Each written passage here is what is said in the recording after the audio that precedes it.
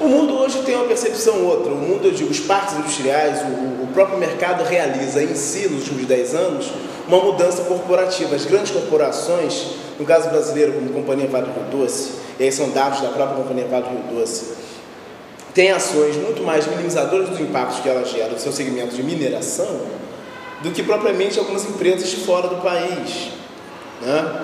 A Companhia Vale do Rio Doce hoje tem alguns investimentos em Dunkerque, na França, como a própria Petrobras, eu falo propriamente de segmentos de energia. Não só as grandes empresas, tipo empresas de grande porte, mas empresas de pequeno e médio porte. Mas porque a ação legalista ou a ação legal do Estado fez com que as empresas se posicionassem como co-participantes de uma dinâmica produtiva sustentável. Então se tem hoje no Brasil, por exemplo, novas formas de estrutura produtiva que garantem um processo produtivo saudável na inclusão de novas tecnologias como mecanismos de desenvolvimento limpo para a produção, por exemplo, na indústria petroquímica, na indústria de combustíveis, na extração e produção de petróleo, por exemplo, na indústria farmacêutica, na indústria do couro. O processo de substituição, por exemplo, do couro animal para o couro vegetal é um ganho em novas tecnologias bastante produtivo, sinalizador de um novo formato, um novo fôlego de produção capaz de respeitar o espaço de recurso natural, ou seja, a natureza, e a intervenção do homem nesse sentido.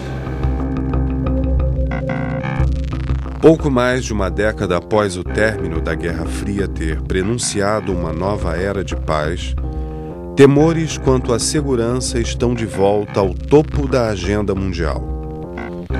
Os ataques terroristas de 11 de setembro nos Estados Unidos foram, sem dúvida, um evento pivotal. Ataques subsequentes em outros países, da Espanha ao Quênia, da Arábia Saudita à Rússia e do Paquistão à Indonésia, reforçaram a sensação generalizada de vulnerabilidade. E o caos crescente no Iraque, após a ocupação liderada pelos Estados Unidos, nutre a inquietação sobre as repercussões de um Oriente Médio desestabilizado.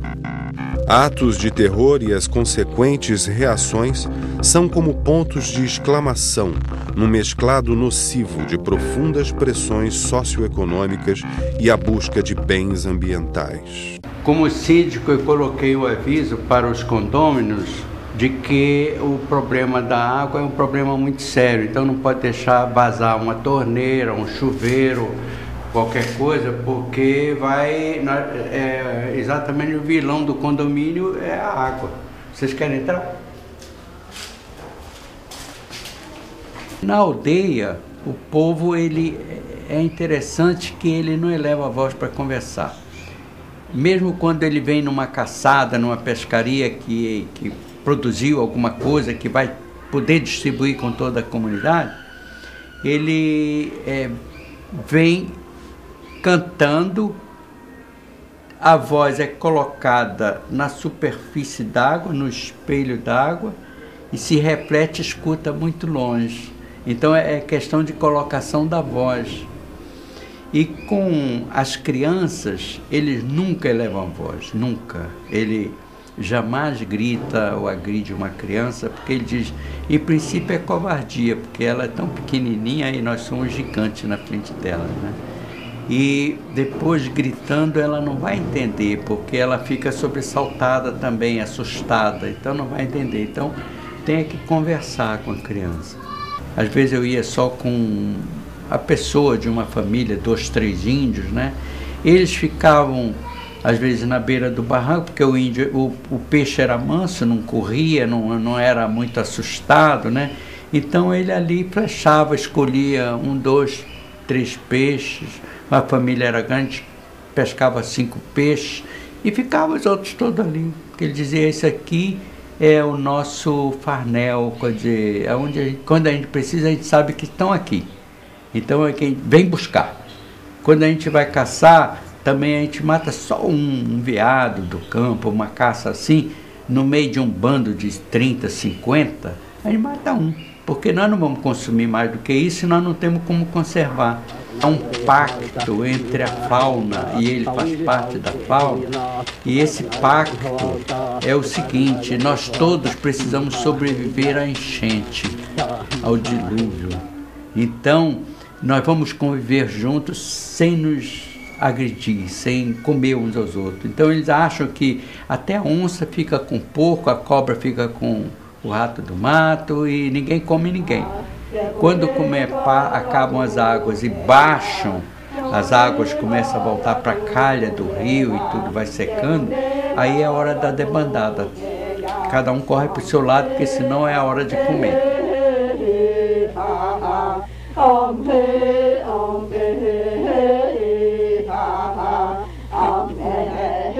Eu acho que a preservação de tudo é essencial para ele, né?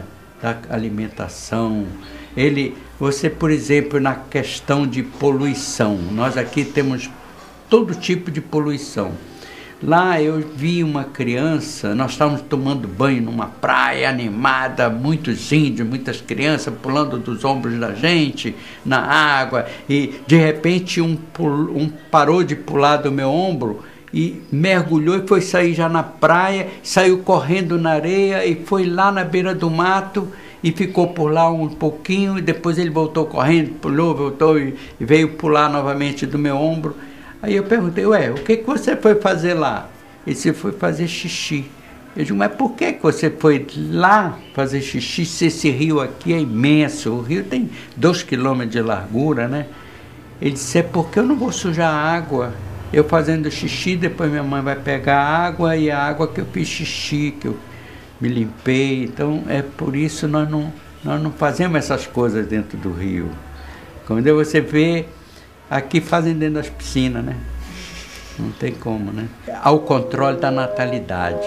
O índio, ele tem 1 ou 2 filhos. Quando o primeiro filho é mulher, ele normalmente quer um segundo, porque é para manter a densidade dos homens maior, mais equilibrado, que são eles que caçam, eles que pescam, eles fazem guerra.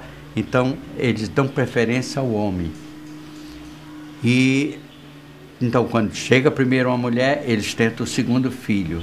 Vindo uma segunda mulher, eles param, porque ele acha que a produção que eles têm, eles não sabem fazer filho homem. Então, é uma brincadeira que eles fazem entre eles mesmos. Então, eles fazem até gozação. Vem cá, rapaz, você é cacique, você teve uma filha mulher, você não vai ter herdeiro para substituir você como cacique. Então, você tem que aprender, conversa aí com os mais velhos para saber como é que faz filho homem. Ele acha que isso é possível, né? Entendeu? Então, eles têm 1 ou 2 filhos. Agora, porque eles estão num ambiente em que eles estão em guerra constante, ou eles têm que migrar às vezes, né? Então, eles precisam ter uma densidade demográfica menor. O sentido de família para eles é tão importante que quando uma pessoa, mesmo casada, tem um problema de saúde, ele mora noutra casa, ele vem para a casa da mãe dele ou das irmãs dele para cuidarem dele. Porque a esposa não tem a obrigação de cuidar dele. Ela é esposa, é companheira dele. Agora, quem tem obrigação e afinidade, e carinho e interesse em curar é a própria família. São aquelas consanguinidades. A consanguinidade é muito forte entre eles.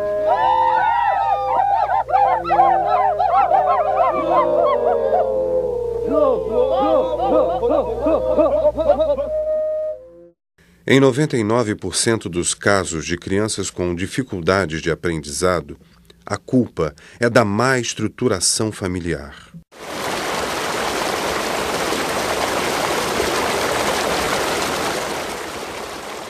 Igualmente, é difícil imaginar que lençóis freáticos em queda poderão se tornar uma ameaça ainda maior à estabilidade política e ao progresso econômico futuros.